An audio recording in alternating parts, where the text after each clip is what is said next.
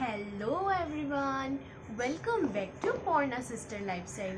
আজকে হলো দিওয়ালি এবং কালী পুজো। সো এই ব্লগটা হলো দিওয়ালি স্পেশাল। তো চলো এবার ব্লগটা স্টার্ট করা যাক। তারপর বলতে পারো চড়কি, তারাবাতি সব রাখা আছে। এগুলো সব রৌদ্রে দেওয়া হয়েছিল, আর এখন যেহেতু রৌদ্র কমে গেছে তাই এগুলো এখন শ্যাডোতে এসে গেছে। সো এগুলোকে এখন ভেতরে ঢোকাবো আমি। ঠাকুরকে দেওয়ার জন্য শাখা, পলা, শাড়ি, ব্লাউজ সব কিছু ছিল। এখান থেকে একটা শাড়ি আমি দেবো, আরেকটা শাড়ি মামা। যেহেতু মামা বিকেলে যাবে এগুলো দিতে, তাই এগুলো সব রেডি করা ছিল। তারপরে আমি আর দিদন মিলে বসে পড়ি প্রদীপ রেডি করার জন্য। আমি এক সাইডে প্রদীপগুলোতে তেল দিচ্ছিলাম, আর এক সাইডে দিদন দিচ্ছিল। তারপর এক এক করে আমি প্রদীপ ধরতে স্টার্ট করে দিলাম। সুন্দর করে এক এক করে প্রদীপ ধরছিলাম, আর আরেক সাইডে দিদন আরও কিছু প্রদীপ রেডি করছিল, যেগুলো আমি পরে ধরিয়েছিলাম। সো প্রদীপ ধরানোর পর আমি সবগুলো প্রদীপকে খুব সুন্দর করে সাজিয়ে দিয়েছি, তোমরা দেখতেই পাচ্ছ। আর সামনে খুব সুন্দর লাইটিংও হয়েছে, দেখতেই পাচ্ছ। আর এই ভিউটা হলো পেছনের ব্যালকনিটা, যেখানে কেউ আসে না, তাও আমি খুব সুন্দর করে সাজিয়ে দিয়েছি। অ্যান্ড তোমরা তো বোমের আওয়াজ শুনতেই পাচ্ছো। গাইস, তোমরা তো দেখেই নিয়েছো যে দিদির এখানে অলরেডি লাইট লাগানো হয়ে গেছে। তো এবার আমি তোমাদেরকে আমাদের ঘরের লাইটিংটা দেখাই, তো চলো। তো এটা হলো আমাদের ঘর, যেখানে তোমরা দেখতেই পারছো বালকনিটাকে ঠিক কতটা সুন্দরভাবে সাজানো হয়েছে, একটার থেকে একটা লাইটিং। আর এখানে তো মিডিল দিক দিয়ে প্রদীপও জ্বালানো হয়েছে, তোমরা দেখতেই পারছো। আর এই দেখো কি সুন্দর লাগছে।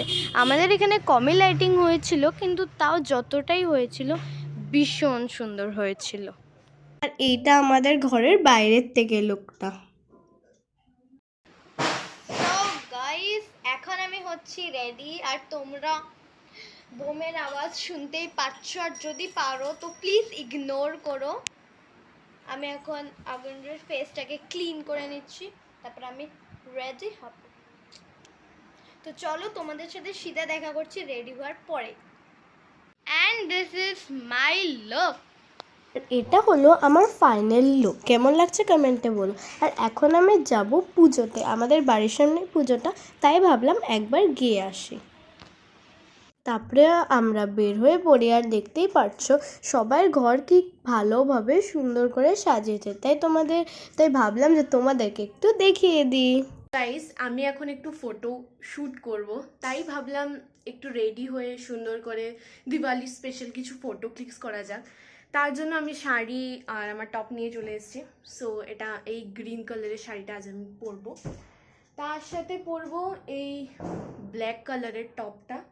আর অবভিয়াসলি পেটিকোটটা আমি পরি না, তার সাথে পরছি আমার জিন্সটা। তো একবারে রেডি হয়ে তোমাদের সাথে দেখা করছি। ফাইনালি আমরা পৌঁছে গেছি, আর এই জায়গাটাতেও কিন্তু ভীষণ সুন্দরভাবে সাজানো হয়েছিল। আর এটা হলো মা কালী, দেখতে ভীষণ সুন্দর হয়েছিল। তারপরে আমরা বসে পড়লাম খেতে। খাওয়ার সময় দিয়েছিল মৌসম্বি, এই একটু বুট, সাবু আর আপেল, আর তার সঙ্গে কী জানি নাম ছিল ভুলে গেছে। তারপরে খিচুড়ি, লাবড়া আর আচার চলে আসলো, যেটা খেতে সত্যি ভীষণ ভালো হয়েছিল। লাস্টে দই মিষ্টি হয়েছিল, কিন্তু খাইনি। আর তারপরে আমরা ঘরের পথে রওনা দিলাম। এটা হলো আমার রঙ্গোলি। এখানে একটু খারাপ হয়ে গেছে, জানি না কে করেছে, কিন্তু একটু খারাপ হয়ে গেছে, কিন্তু এটা হলো আমার রঙ্গোলি। সো রেডি হওয়ার পর আমার লুকটা একটু এরকম এসছে। আই হোপ তোমরা ইউটিউব শর্টসে দেখেছোই আমার এই লুকটা। কমেন্ট করে জানিও কেমন হয়েছে। অ্যান্ড রুমের হালত দেখতেই পাচ্ছ কি হয়ে রয়েছে। সো আমি এখন ফেসটা ক্লিন করব। আমি চলে এসেছি ফ্রিজের সামনে আমার ওয়েট ওয়াইপস বার করতে। আমার ওয়েট ওয়াইপস, চলো ফেসটাকে একটু ক্লিন করা যাক ভালো করে। ওয়েট ওয়াইপস নিয়ে চলে এসেছি ফেসটাকে ক্লিন করার জন্য। তারপরে সব মেসগুলোকে ঠিক করতে হবে, নাহলে দিদন আবার আমাকে বকবে। কারণ আমি জিনিস জায়গায় রাখি না। মার কাছেও আগে বকা খেতাম, এখন দিদনের কাছেও বকা খাই। ফেসটা তাড়াতাড়ি ক্লিন করি না, পকড় না করে। ফেস আমি ক্লিন, ও মাই গড, ফেস আমি ক্লিন করে নিয়েছি। এখন এগুলোর পালা। চলো এখন এগুলো করা যাক, মানে বলছি এগুলো সব ছিতরিয়ে আছে, এগুলোকে এখন এটার মধ্যে রেখে দেব। সো গাইস, এখন সবচেয়ে বেশি কঠিন কাজ সেটা হলো এই শাড়িটাকে ভাঁজ করতে হবে। আমি শাড়ি ভাঁজ করতে একদম পারি না, বাট না করলে বকা খেতে হবে দিদির দিকে, কারণ আমি এগুলো খুলেছি। এখন যদি বলি গিয়ে বাদ দাও সেসব কথা, এগুলো ভাঁজ করা যাবে। পিন লাগা আছে, বলতেই পারি না।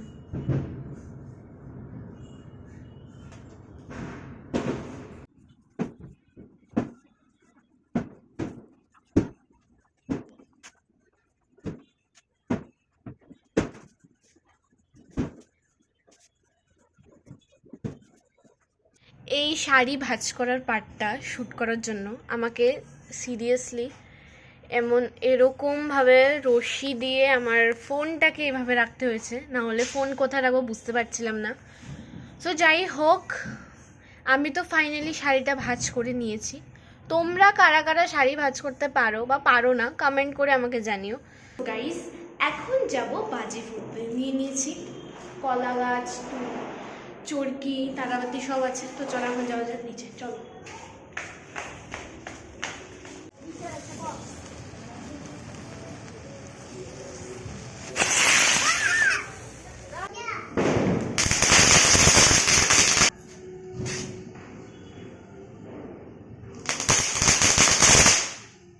আর তারপরে বাবা এনেছিল এই মিষ্টিটা, যেটা খেতে সত্যি ভীষণ ভালো ছিল।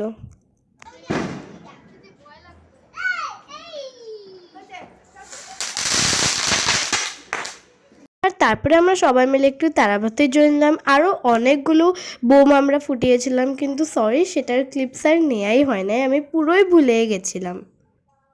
সো গাইজ, রাতের বেলা দেখতে পাচ্ছ কত সুন্দর লাগছে দেখতে,